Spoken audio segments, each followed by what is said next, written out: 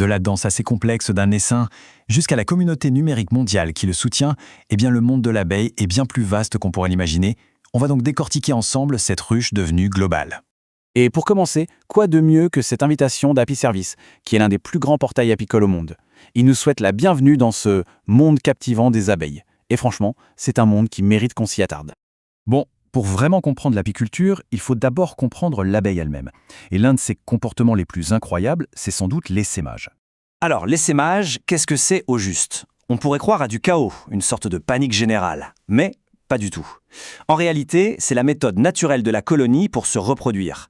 C'est un peu comme si la ruche donnait naissance à une nouvelle colonie. Une forme de renaissance collective en quelque sorte. Et ce processus est une véritable chorégraphie. Tout part d'un signal chimique. Les phéromones de la reine diminuent. C'est le top départ pour les ouvrières qui se mettent à élever de nouvelles reines. Ensuite, c'est le grand voyage. La reine-mère s'en va avec la moitié de sa colonie. Pendant que des éclaireuses partent en repérage pour trouver un nouveau logis, une jeune reine prend la relève dans la ruche d'origine. C'est un cycle absolument fascinant qui garantit l'avenir de l'espèce. Maintenant, passons du côté humain. On va voir comment les apiculteurs abordent leur métier. Et ça commence très souvent par le choix de la maison des abeilles, la ruche. Et là, c'est vraiment intéressant parce qu'on a deux philosophies qui s'affrontent. D'un côté, il y a la ruche Waré. Son principe, c'est de respecter la nature, de laisser les abeilles construire comme elles le feraient à l'état sauvage, moins d'intervention pour des abeilles, paraît-il, moins agressives. Et de l'autre côté, on a la ruche d'Adam. Là, l'objectif est clair, c'est la production, l'efficacité, la modularité. C'est vraiment le modèle industriel. On a donc deux visions du métier qui sont radicalement différentes. Et attention, le choix de la ruche, ce n'est que le début. L'apiculture, c'est un véritable artisanat qui demande tout un tas d'outils spécialisés. On a l'enfumoir pour apaiser les abeilles, le lève-cadre pour inspecter les rayons sans les abîmer, et bien sûr l'extracteur pour récolter le miel. Chaque outil a son importance et raconte une partie de ce savoir-faire. Mais aujourd'hui, les apiculteurs ne travaillent plus seuls dans leur coin. Non, ils font partie d'une immense communauté mondiale, entièrement connectée grâce au numérique. Et cette communauté, elle est vraiment planétaire. Il suffit de regarder la diversité de ces plateformes en ligne. On trouve des forums en France, des sites pour les amateurs aux États-Unis, des portails agricoles en Afrique du Nord, c'est incroyable. Partout dans le monde, les apiculteurs échangent des conseils, vendent du matériel et surtout, ils créent des liens.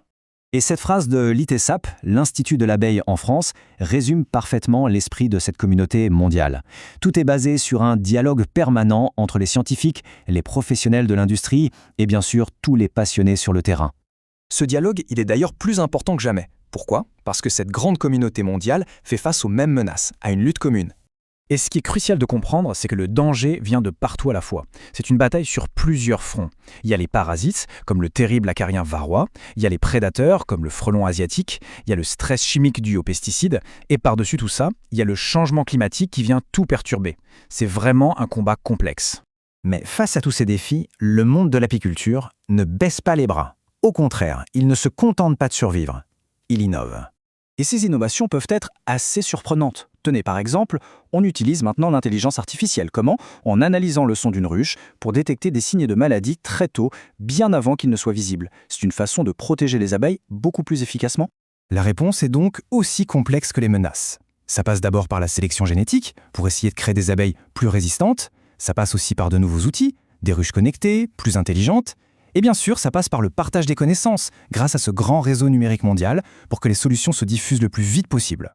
Donc voilà, ce qu'il faut retenir, c'est que le monde de l'apiculture s'est complètement transformé. On est passé de la petite ruche individuelle à un immense effort collectif, mondial et connecté. Mais cet univers est fragile, et ça nous laisse avec une question fondamentale, face à ces menaces, quel rôle allons-nous jouer collectivement dans son avenir?